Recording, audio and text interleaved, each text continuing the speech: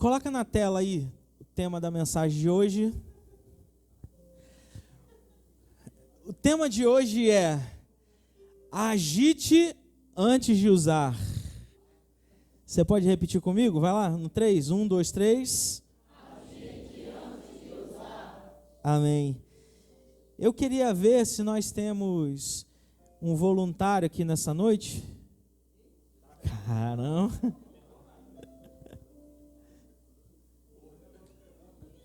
Cadê?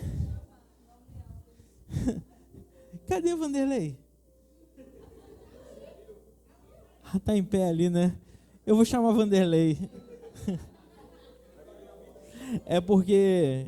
Calma, deixa eu explicar. Isso aqui não é nada combinado. Na TV a gente faz ao vivo, né? Amém? Eu tô com a mão quebrada. Quebrada não, né? Mas em recuperação. Então eu não consigo abrir. Vou chamar aqui Vanderlei. Vocês querem que ele abra qual, gente? Depende. É uma pergunta muito difícil, tá? Dory... Não. Ou Coca-Cola, vocês decidem. Quem acha que tem que ser Dory? Levanta a mão assim. Ó, a multidão, né? Quem acha que tem que ser Coca? Caramba, a Coca ganhou, né, cara? Então tá bom. Você consegue abrir? Tá bom, então. Não, ele vai descer.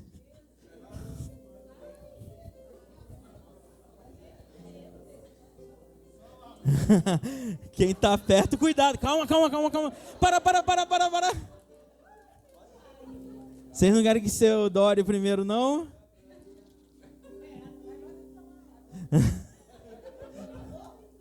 Calma aí, me dá aqui. Calma aí, cara, não abre não. Vai, toma.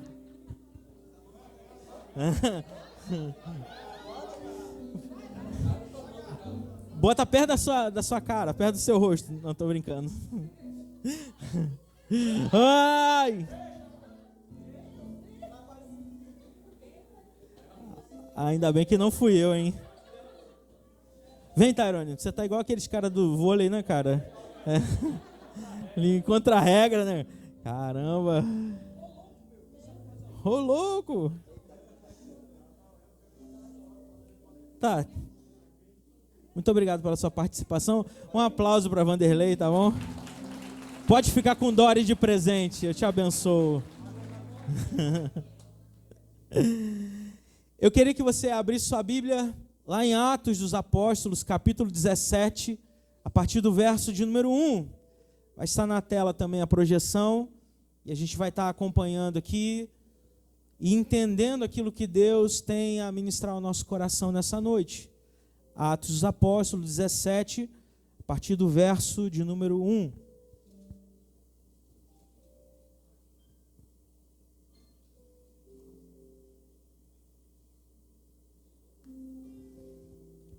Essa palavra, ela surgiu no meu coração há uns dias atrás, porque como vocês sabem, eu já falei muito sobre isso, eu estou morando no interior recentemente.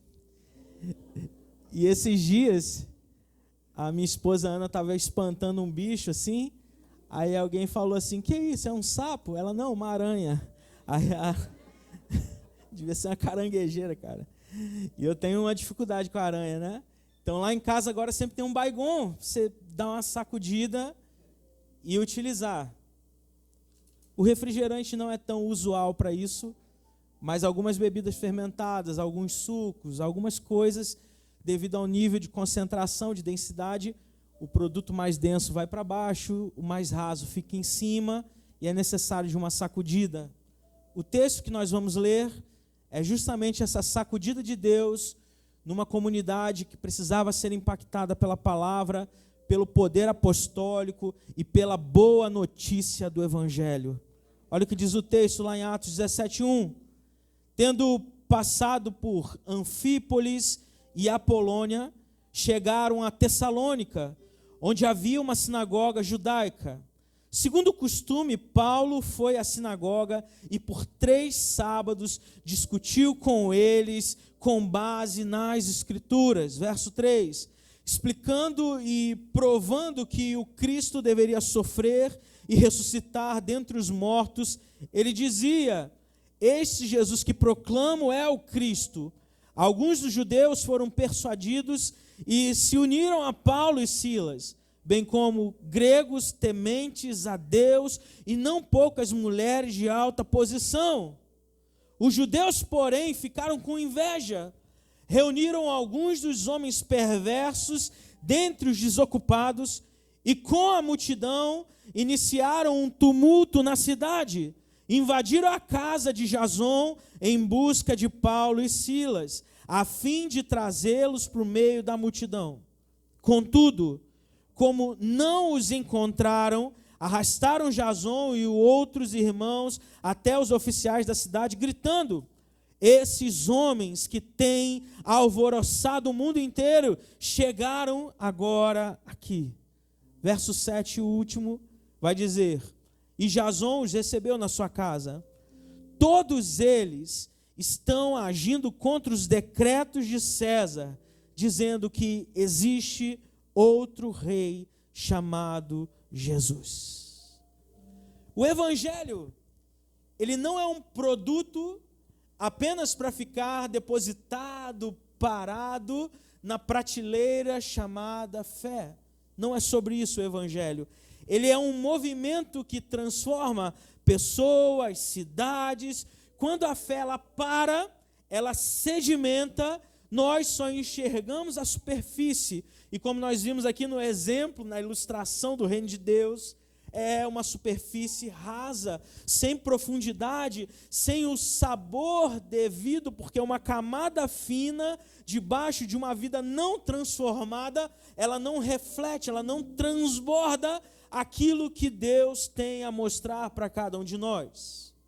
Alguns produtos vêm com uma instrução muito básica: agite antes de usar, agite antes de beber. E eu tenho percebido, ao longo dos anos de igreja, que muitos têm vivido esse evangelho, que na verdade não representa, não apresenta o Jesus ressurreto que Paulo pregava naquela região. Ele não causa um burburinho, um caos na sociedade, porque às vezes a nossa vida não está alinhada e pautada com aquilo que Deus tem para nós. Outros se parecem muito com a Coca-Cola, que a gente abriu aqui agora. Tem muito gás no começo, mas sem profundidade, sem raiz, sem constância, morre muito rápido. Um dia você é um matador de demônio, você quer fazer as coisas, você quer trabalhar no reino de Deus, você está envolvido, você está ofertando, você está alegre, mas parece que os dias vão passando, os momentos vão passando e o seu gás vai se apagando. E daqui a pouco você está de uma maneira morna, você não tem aquela explosão anterior.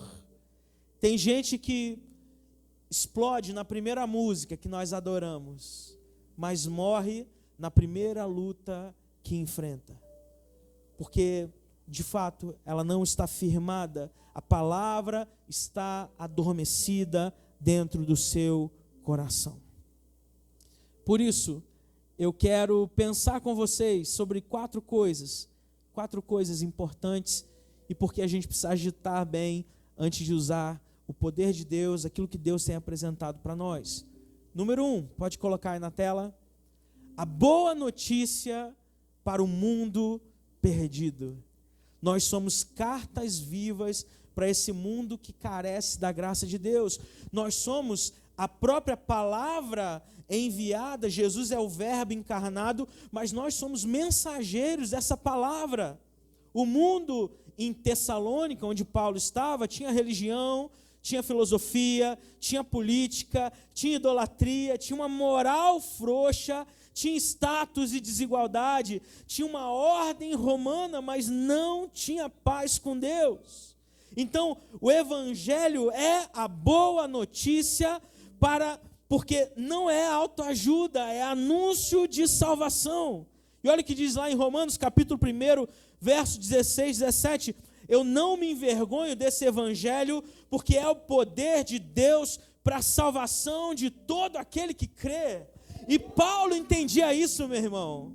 Ele foi para aquela cidade, ele foi para aquela região, adorar o nome do Senhor e dizer assim: ei Tessalônica, ei povo romano, ei gregos, ei todos os homens, existe um Deus, existe um Senhor que está sobre César, que está sobre o mundo, que está sobre a sua vida, que ao terceiro dia ressuscitou, e o nome dele é Jesus Cristo. Aleluia! E ele está aqui nessa noite. Ele está aqui. Mas sabe qual é o grande problema, irmão? É que por vezes nós queremos o Deus Salvador. E nós chegamos para Jesus: Senhor, salva a minha família, Pai. Jesus, salva o meu cheque especial e o cartão de crédito que eu não tenho condição de pagar. Salva a minha vida financeira. Salva o meu relacionamento, salva o meu trabalho, salva o meu carro. Jesus, está quebrando demais. A gente pede o Deus Salvador. Mas quando entra o senhorio de Deus, que nos leva à submissão a Ele, às vezes nós trememos, às vezes nós fraquejamos. Nós somos uma igreja que crê na graça do Senhor, amém? Mas a graça do Senhor se manifesta num compromisso de fidelidade, se manifesta na nossa entrega, se manifesta quando nós somos fiéis ao Senhor em todo o tempo. Abraão é conhecido como o pai da fé, mas o que o tornou conhecido por essa alcunha, por esse apelido, foi entregar o seu Isaac. 2014 era o ano. Eu já liderava a juventude com a pastora Ana, aproximadamente 10 anos da minha vida. 10 anos começando um trabalho do zero, trabalhando muito, se entregando muito, mas um dia chegou o momento de eu entregar o meu Isaac. Posso fazer uma confissão aqui? Momento Big Brother Brasil. Em 2014, até 2014, eu não imaginava outra coisa para a minha vida a não ser um pastor de jovens. As pessoas me perguntam assim: qual é o seu plano de carreira? O que você imagina assumir? Qual igreja você pretende pastorear? E na minha cabeça, naquele momento, o meu chamado específico, e eu tive um recorte na minha vida, era cuidar de jovens e adolescentes. E eu amava isso. Mas um dia, aquilo que era mais precioso na minha vida, foi tirado de mim. E sabe o que aconteceu? Dor, choro, sofrimento, depressão. Porque eu não entendi, eu falava assim: Senhor, mas eu faço com tanto amor, Senhor, mas eu me entrego tanto, Senhor, eu tinha muita justificativa. Até que eu entendi que eu precisava passar por aquele processo. A minha identidade não está no ministério que eu sirvo ou que eu lidero. A minha identidade está no Senhor Jesus, aquele que me amou primeiro. A minha identidade é Ele, irmão. Pastor, sou um pregador, mas eu não tenho pregado na igreja. Vai para a rua, meu irmão. Vai para a praça, vai para o asilo, vai para o hospital. Aquilo que te prende não é a geografia, não é o lugar, não é a plataforma. Aquilo que te prende muitas vezes é a intenção do seu coração de formatar e imaginar que o único lugar de adoração é aqui na igreja, e não é. Nós adoramos a Deus quando nós fazemos o nosso melhor para o Senhor. Assim como Tessalônica, Natal tem a sua religiosidade, mas também tem vazio, também tem fuga, tem vício, tem ansiedade, tem carnatal como anestesia para a alma, tem famílias quebradas, tem gente com nome de crente, mas que na verdade é um órfão espiritual frustrado. O Evangelho é a boa notícia que dá novo Senhor, novo coração, nova história. Por isso a pergunta é: quem tem sido o Senhor da sua vida? John Stott insistia em dizer que evangelizar é anunciar a Cristo e não simplesmente vender a igreja. Às vezes a gente imagina que para eu evangelizar ou para divulgar um culto eu preciso ter um cartaz digital, um ad, e eu vou lá e vou divulgar e vou compartilhar. Não. Você pode, ao sair daqui, ao término dessa palavra, mandar uma mensagem para alguém, ligar para alguém, passar na casa de alguém, orar por essa pessoa durante a semana, você pode fazer muito mais. Boa notícia não é tente mais. Boa notícia é alguém fez por você o que você não consegue fazer por si mesmo. Número 2, em segundo lugar, essa agitação, ela traz uma transformação completa de vida. Em Tessalônica, alguns creram, inclusive gregos piedosos, mulheres importantes, ou seja, o evangelho atravessou a bolha das classes, do gênero, da cultura. Transformação não é só parar o pecado, mas é nascer de novo. Olha o que diz 2 Coríntios 5,17. Se alguém está em Cristo, nova criatura é. As coisas velhas já passaram, eis que tudo se fez novo sobre a sua vida. Tem gente que muda por medo, mas o evangelho, ele nos muda, ele nos molda, ele nos transforma por amor. E a nossa transformação, ela não pode ser apenas em uma área, você dizer assim, Deus, Ele quer 90% da minha vida. Não. Deus quer 80% da minha vida. Não. Deus quer 100% da sua vida.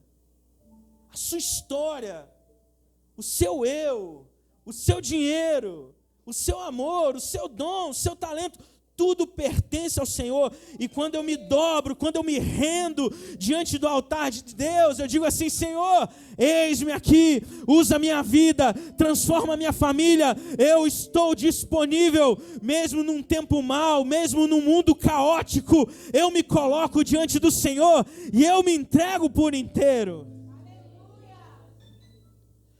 O fruto do Espírito não é uma maquiagem religiosa, mas uma evidência de vida. Deus, Ele não quer apenas ajustar hábitos, mas Ele quer trocar o coração. E quando Ele troca o coração, os hábitos vêm atrás. A graça vem nos moldando, nos transformando. Por isso, a versão 2026, ela tem que ser melhor do que a versão 2025, 2015, 2017, não importa. E sabe o que eu vejo às vezes, irmãos?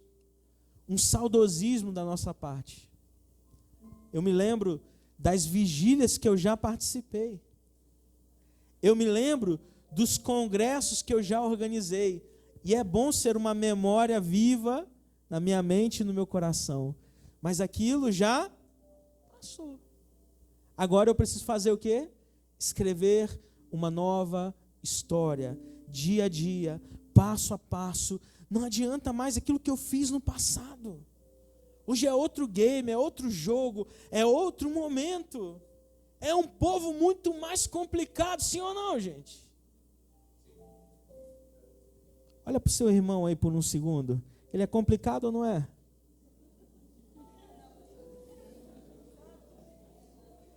Cintiel não falou nem nada quando olhou para a Marina. Ele não é doido? Gente, eu ouvi nosso apóstolo pregando uma mensagem que ele disse um negócio muito interessante, né? Antigamente, a gente não precisava de entretenimento na igreja, não. Culto de quarta, culto de terça, culto de sexta, oração, libertação. A gente estava lá com alegria. É ou não é, gente? E não tinha... Eu vou falar isso para uma geração nova que talvez você nem imagine isso. Houve uma época, amado, que não tinha Uber. Sabe como que eu ia para a igreja? Não. De bicicleta e levava a pastora Ana no quadro. E a calça, e derrubava também. E a calça ficava toda manchada de graxa. Aí eu ia, dobrava a barra da calça e ia pedalando, sofrendo. Naquela época eu era magro, era por isso. Não tinha facilidade não, irmão. E sabe o que acontecia? A gente estava ali. A gente servia com alegria, porque era mais importante ser do que ter. Ainda é. Mas parece que a gente perdeu um pouco dessa percepção. A gente perdeu um pouco. Tem gente que muda por medo, mas o Evangelho nos muda pelo amor. Mudança completa, plena, única. Número 3. Volta para o número 1, você pode voltar para o número 1? Se a partir daquele momento havia uma boa notícia para Tessalônica, uma boa notícia para a nossa cidade, num segundo momento há uma transformação completa de vida, agora em terceiro lugar, existe um fundamento de expansão para o reino de Deus. Olha o que vai dizer aqui, a perseguição, ela começa um pouquinho mais à frente. Paulo, ele teve que sair daquele ambiente, e parecia uma derrota, mas é estratégia de Deus, porque o Evangelho, ele não é estático. Em Atos Apóstolos 8, quando a igreja foi espalhada, houve a segunda diáspora, a palavra se espalhou junto, porque missão não é um evento, mas missão é um estilo de vida. Então você imagina um grupo de crentes, a gente está aqui em Natal, com o grupo aqui da igreja, participando, adorando. Se nós formos espalhados hoje, cada um vai para um canto, irmão. Um vai para Areia Branca, outro vai para Paraíba, outro vai para Juazeiro, outro vai para Recife, outro vai para Fortaleza, outro vai para o Sudeste, Nordeste, Norte, para a Amazônia. Cada um de nós, naquela época, sabe o que acontecia? Novos cristãos surgiam, novas igrejas abriam, floresciam, porque a palavra estava entranhada, estava dentro do coração. Então Deus, ele usa a oposição também para espalhar o evangelho. A perseguição, então, vira o vento que empurra o barco. E às vezes a gente precisa desse vento contrário, para a coisa andar, para a coisa fluir, para seguirmos em frente. Às vezes me parece que nós nos tornamos a ovelha gorda, que recebe o pasto, que recebe a palavra, que recebe o alimento, e por não ter a percepção necessária, a gente fica acomodado no nosso lugar. Em Atos 8, 1-4, é uma referência cruzada, vai dizer assim: aqueles que foram dispersos iam por toda parte pregando o evangelho a todas as pessoas. Precisamos pregar na Zona Norte, precisamos pregar na Zona Sul, precisamos alcançar Parnamirim, São Gonçalo, a Zona Leste, todos os cantos onde nós estamos, nós precisamos anunciar esse evangelho. Você quer ver? Um grupo de pessoas que a gente não pensa em pregar para eles, mas a gente precisa pregar. A gente precisa pregar para os turistas. Eu já fui um turista, já fomos. Hoje eu moro aqui. Hoje eu sou abençoado pela terra. Hoje eu tenho a minha vida transformada. A base da minha família são vocês. Sabe, em 2024, último dado oficial, sabe quantos turistas passaram por Natal e pelo Rio Grande do Norte? Alguém sabe? 2,4 milhões de pessoas pisaram nessa terra.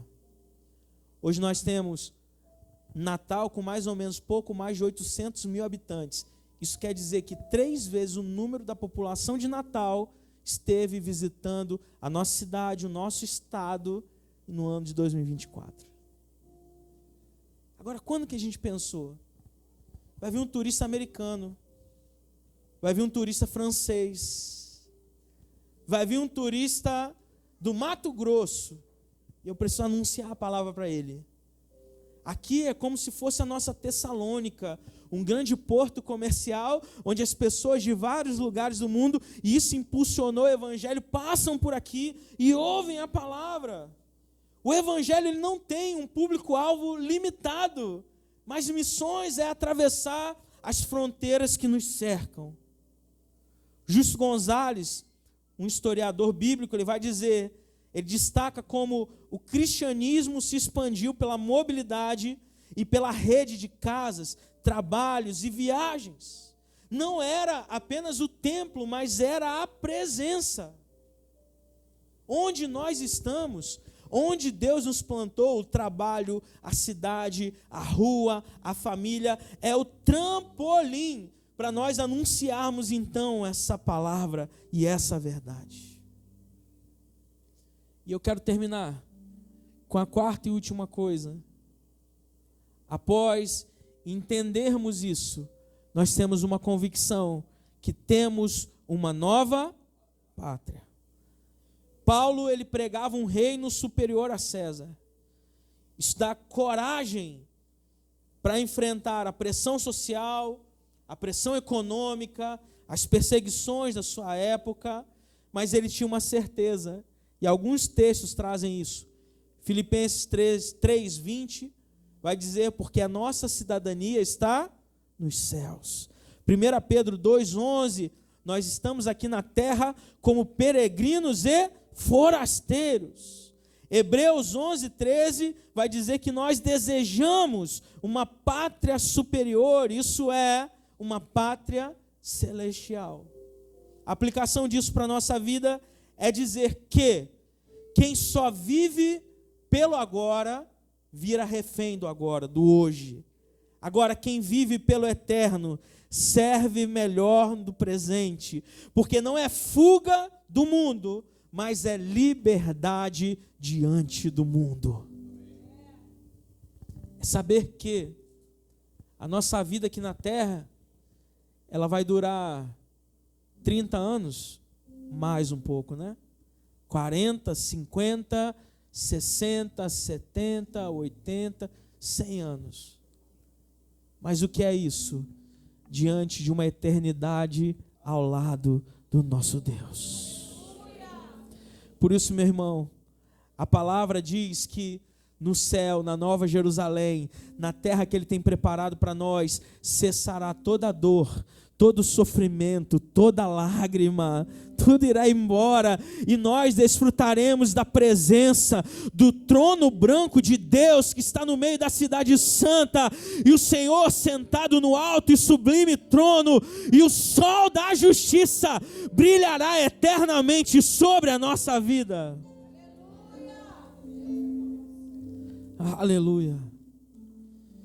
Quando a esperança do céu é real, o presente, então, ele perde o poder de dominar você. Você não é mais dominado. Embora exista um duplo chamado de Deus para a nossa vida, ser mordomo, cuidar dessa terra, do Éden que o Senhor nos deu, desse paraíso, nós temos a certeza de desfrutar e de participar um dia da glória do Pai. Eu quero concluir essa palavra dizendo 3 coisas. Existem 3 formas da gente fazer missões hoje. 3 formas. A primeira delas é orando. Colossenses 4:2 vai dizer que Paulo pede oração para que Deus abra a porta da palavra. Eu posso fazer missões na retaguarda, orando pelos missionários, orando para que Deus abra uma porta, orando para que Deus abençoe o trabalho. É uma forma de fazer missões. A segunda maneira é indo. Romanos 10 vai dizer, como porém invocarão aquele que não creram? Como que eles invocarão alguém que eles não ouviram falar? Nós somos desafiados a pregar a palavra de Deus a tempo e fora de tempo, irmãos.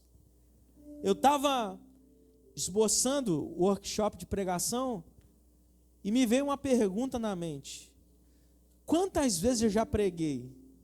E eu fiz um cálculo, uma raiz quadrada de tanto, o delta, o pi, comecei a calcular quantos domingos tem no ano, uma média, quantas quartas, quantos cultos, e eu cheguei aproximadamente a 1000 sermões, que isso dá, se eu fosse pregar continuamente, quase um mês pregando.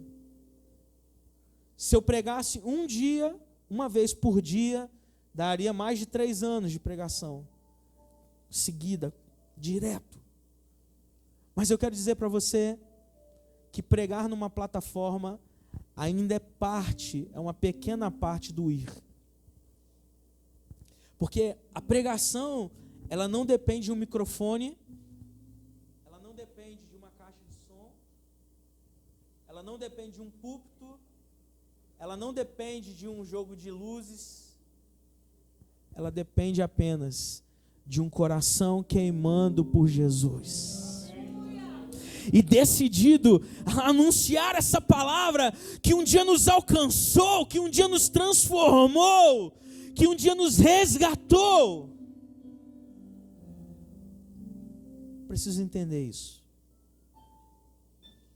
E existe uma última maneira de agitar a terra, de sacudir os reinos, que é contribuindo. Eu oro, intercedo, eu vou pregando, mas eu também contribuo.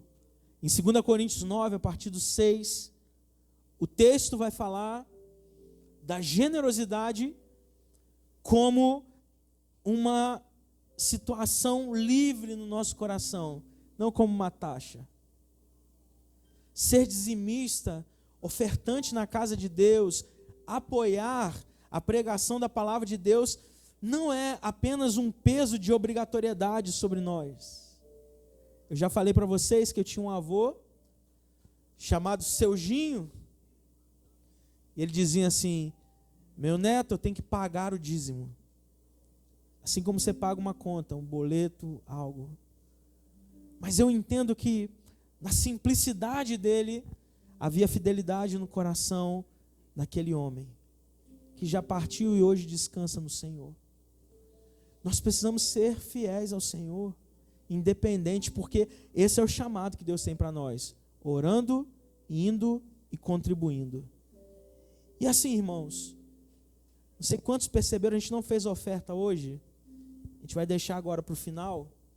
Eu me surpreendi no domingo passado. Nós vamos completar 6 anos aqui em Natal, esse ano, para a glória do Senhor. E no domingo passado, que foi o domingo de carnaval, nós tivemos aqui, se eu não me engano, 39 adultos no nosso culto de domingo. Nós arrecadamos R$257. A pior arrecadação da história de todas as semanas dos últimos 6 anos que a gente teve aqui, quase 6 anos. E o que isso resulta? O que isso nos leva a pensar? A obra de Deus não vive de milagre financeiro todo dia, irmão, mas vive da fidelidade do seu povo. Sabe o que eu faço? É particular meu. Quando eu estou viajando, eu estou no Rio de Janeiro, estou em algum canto, em Curitiba, estou no evento, eu espero o momento da oferta na igreja que eu estou, e a primeira oferta que eu faço é para Natal. Porque eu sou obrigado a fazer isso? Não. Mas porque eu entendo que eu não posso tirar a mão. Hoje é o último domingo do mês, e a gente arrecadou metade do que a gente precisa para o mês todo. Então, no culto de hoje, no culto de quarta, a gente tem que arrecadar o que a gente arrecada em 15 dias. E eu fico olhando assim, eu falo: Senhor, faz o teu milagre. Mas o milagre começa na nossa generosidade. O milagre começa no nosso pertencimento. Sabe por quê? Eu sou abençoado por essa casa. Amém? Eu sou abençoado. A minha família é cuidada. Os meus filhos estão lá, departamento infantil. O ar-condicionado estava quebrado um tempinho, aí a outra máquina parou. Falou: meu Deus.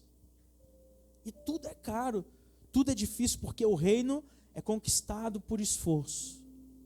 E eu preciso entender que esse chamado, esse evangelho, essa agitação tem que estar dentro da minha vida. Eu preciso olhar e entender: o evangelho está se movimentando comigo ou está parado, repousando, igual a água da dengue, que vai só empoçar. Eu creio que Deus tem uma chamada sobrenatural. E eu já consigo ver grandes coisas que o Senhor vai fazer na tua vida e nessa casa, em nome de Jesus. Você crê comigo? Você crê comigo, irmão? Então se coloque de pé em nome de Jesus.